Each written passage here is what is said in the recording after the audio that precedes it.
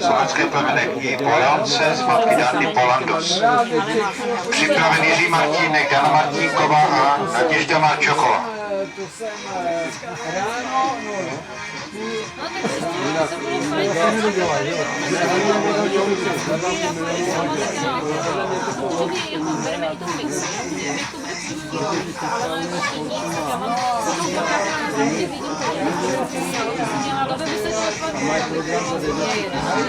když jedu, tak já jako to já bych Lukáš Konečný a Adam.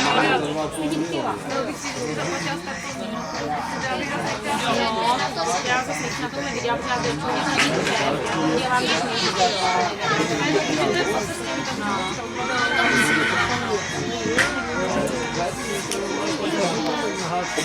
nechám si vždycky variantu. No, já mám blbý, protože mě Poprosím dva koně na dlouhé stěně, aby opustili tento prostor.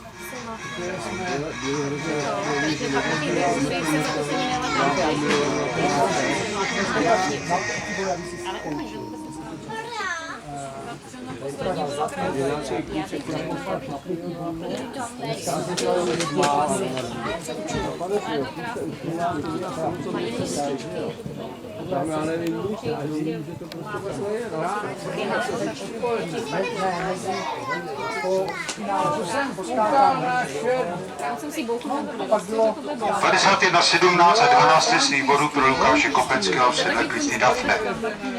Jiří Martínek, Celton, Dejek, Rakonoš, Trutr.